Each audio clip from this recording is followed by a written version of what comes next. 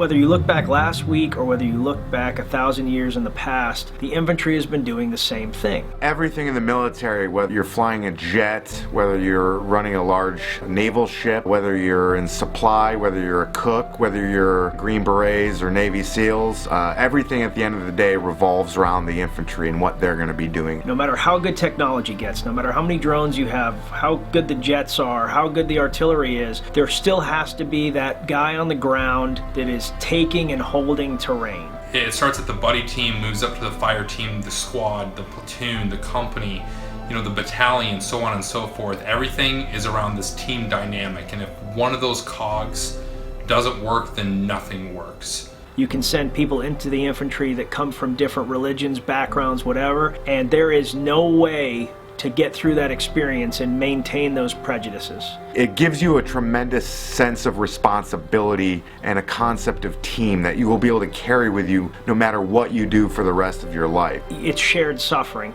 And when everyone is suffering, you cannot deny the reality, which is you're either good enough or you're not. It's always about the camaraderie. It's never about the job, it's about the people. Most vulgar, hardest charging people you'll ever meet, the most fun, the most open, the most forgiving, the most willing to learn about their mistakes. Joining the infantry is one of those things that I kind of always knew I had to do. I knew that I didn't want to do any normal job in the military, so I did my research and found that infantry did the coolest stuff, so I was all on board.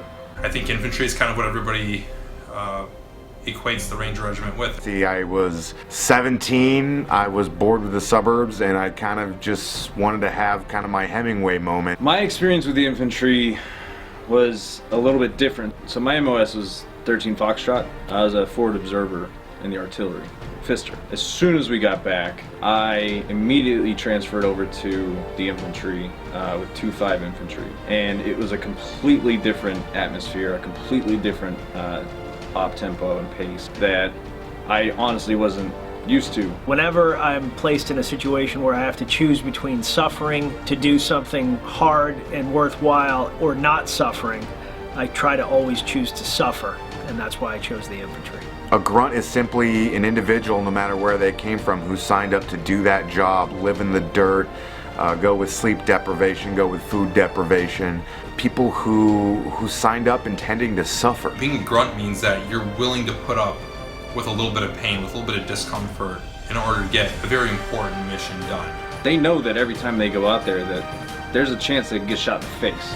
Every door they open, every patrol they go on, every time they jump in the truck, every time they jump in the track, wherever they're going, there's a difference of care taken about their job and about the details of their job. I think the grunt is not necessarily this dumb guy, and he's not necessarily a sadist for pain or a glutton for punishment. I think he's just somebody who realizes that sometimes things that are worth doing aren't always easy. Other people might say, oh, they're a bunch of stupid grunts, but a grunt looks at those people and says, you're not strong enough.